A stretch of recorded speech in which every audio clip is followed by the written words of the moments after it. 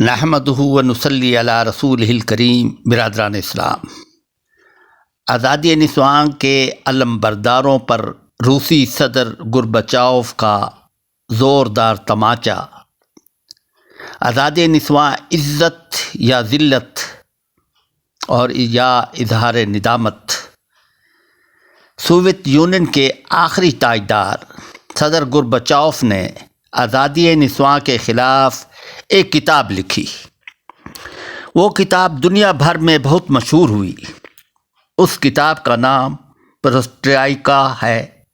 اس کتاب میں صدر گورباچوف نے عورتوں کے مردوں سے کھلے عام میل جول اور معاشرتی کردار کے بارے میں تحریر فرماتے ہیں کہ چند صدیوں سے یورپ میں یہ نعرہ لگایا گیا تھا کہ عورت کو مردوں کے شانہ بشانہ کام کرنا چاہیے اور عورتوں کی جسمانی قوت کو پیداوار کے اضافہ میں استعمال کرنا چاہیے۔ اس کے لیے ہم عورتوں کو دفتروں، بازاروں، کھیتوں اور دکانوں پر لے آئے۔ اس کے نتیجے میں شاید ہماری پیداوار میں کچھ اضافہ ہوا ہے یا نہیں، لیکن معاشرہ میں جس قدر فحاشی، عیاشی، بہرہ روی اور اخلاقی پستی اس قدر بڑھی ہے کہ جس کی تلافی ناممکن ہے۔ اب اس کی تلافی کی کوئی صورت نظر نہیں آتی۔ سوویت یونین کے سابق صدر گورباچوف کے مطابق ہمارا سب سے بڑا نقصان یہ ہوا ہے کہ ہمارا خاندانی، معاشرتی اور فیملی سسٹم تباہ و برباد ہو گیا ہے، اس لیے کہ عورت جب گھر میں تھی اس نے ہمارے فیملی سسٹم اور خاندانی نظام کو سنبھالا ہوا تھا، وہ تباہ و برباد ہو گیا ہے۔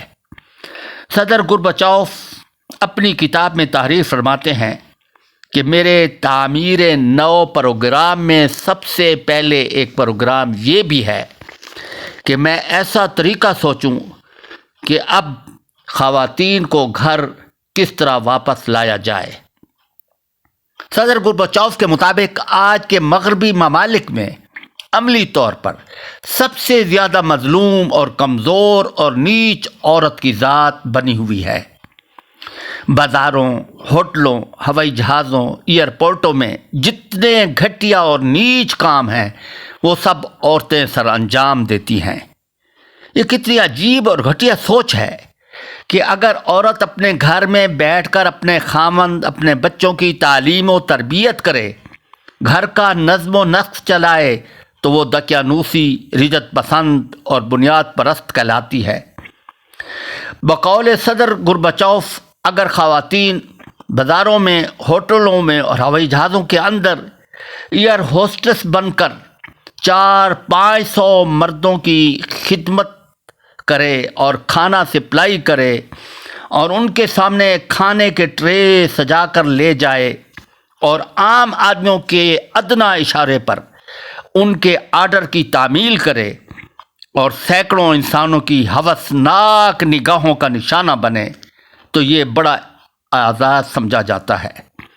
اس طرح اس کو وقتاً فوقتاً آئے دن دفتروں، بازاروں میں حیاسوز شرمناک رویوں کا سامنا کرنا پڑتا ہے۔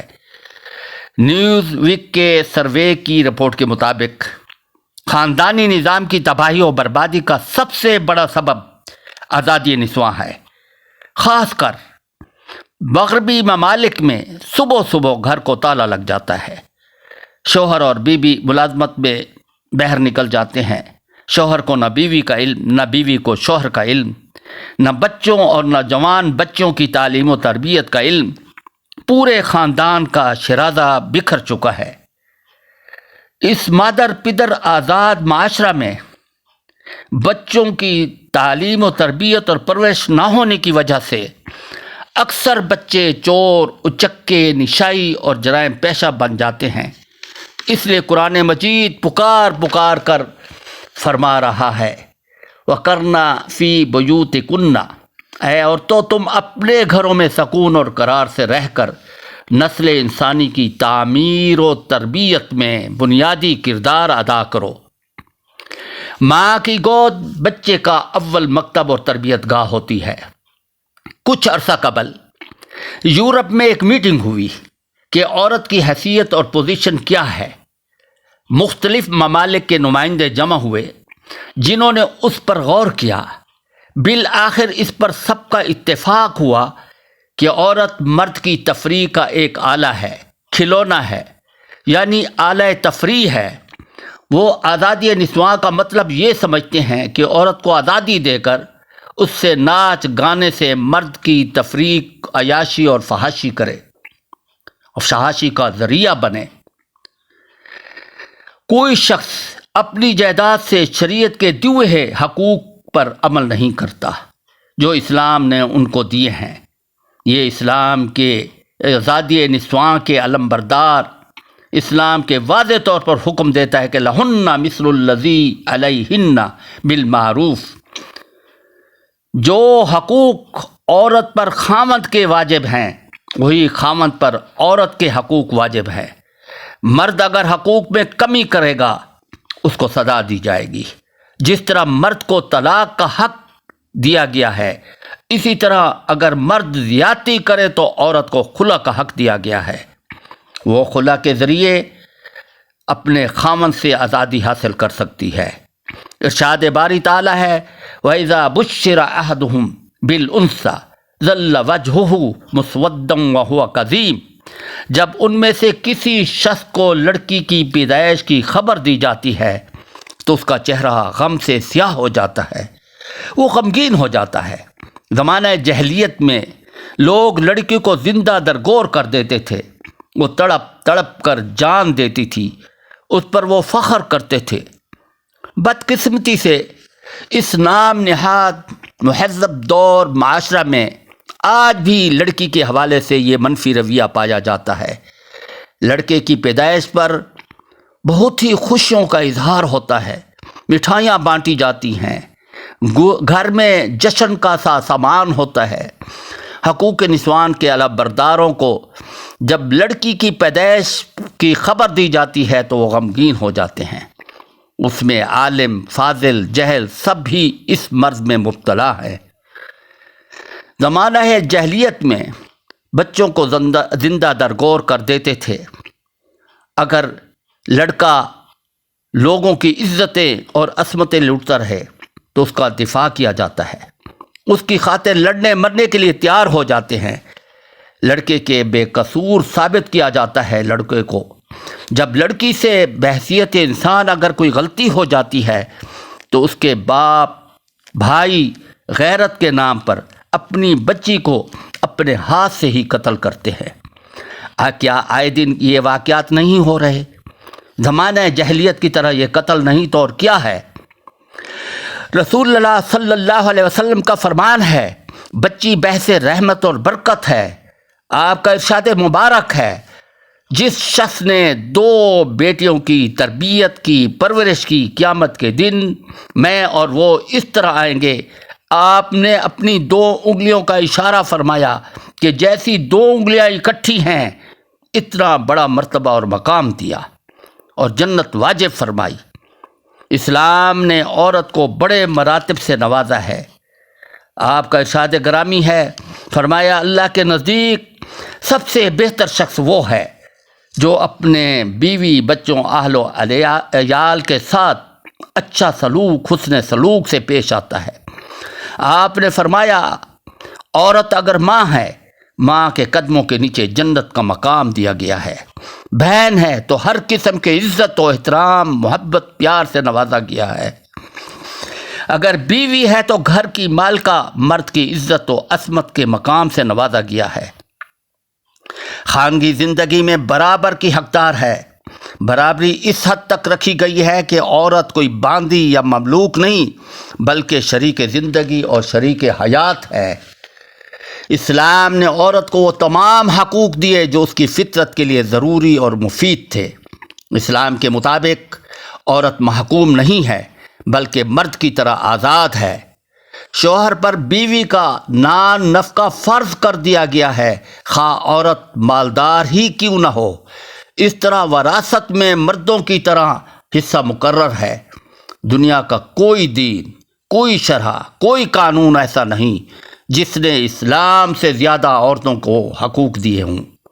المختصر ایک باعصمت خاتون، خداوند قدوس کی سنت کاملہ کا نمونہ، فرشتوں کی حقیقی شان و شوکت اور بہترین آسمانی تحفہ ہے، بشرطے کہ اس میں یہ 3 خامیاں نہ ہوں جو اس کی فطرت میں ودیعت پائی جاتی ہیں۔ ایک راز کو مخفی نہ رکھنا سوائے اپنی عمر کے راز کے، دوم جلد بازی کرنا، تیسرا خاوند کی ناشکری کرنا، خاوند سے معمولی سی کمی بیشی ہو جائے چلا اٹھتی ہے کہ میں نے اس گھر میں کبھی اس سکون و چین پایا ہی نہیں ہے۔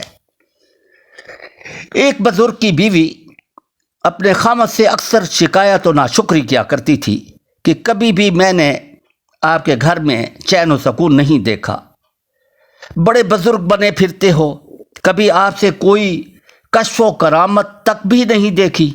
حالانکہ بزرگوں کے متعلق تو ہم نے یہاں تک سنا ہے کہ وہ فضائے آسمانی میں اپنی قوت روحانی سے پرواز کیا کرتے تھے، تم میں وہ بھی نہیں، بڑے بزرگ بنے پھرتے ہو۔ یہ سنتے ہی وہ بزرگ خاوند سیدھا جنگل میں گئے اور وہاں سے جو اڑان لگائی، اپنے گھر کے اوپر کافی دیر تک پرواز کرتے رہے تاکہ بیوی صاحبہ کو میرے کشف و کرامت کے متعلق بھی عین الیقین ہو جائے۔ اس کے بعد اس کے دل میں کچھ مرتبہ و مقام پیدا ہو جائے۔ شام کو آپ جب فتح مندانہ جذبات کے ساتھ گھر پہنچے تو بزرگ کے آتے ہی بیوی نے کہا، پہلے تو ہم سنا ہی کرتے تھے، لیکن آج تو ہم نے اپنی آنکھوں سے ایک بزرگ کو فضائے آسمانی میں اڑتے ہوئے پرواز کرتے ہوئے دیکھا ہے۔ سبحان اللہ، بزرگی ہو تو ایسی ہو۔ بزرگ نے خلفیہ بیان دیا کہ وہ ہوا میں اڑنے والا آپ کا خادم ہی تو تھا۔ بیوی نے فوراً ہی کہا، ہاں جبھی تو تم ٹیڑھے میڑے اڑ رہے تھے۔ ٹیڑھا میڑا اڑنا بھی کوئی بزرگی ہے؟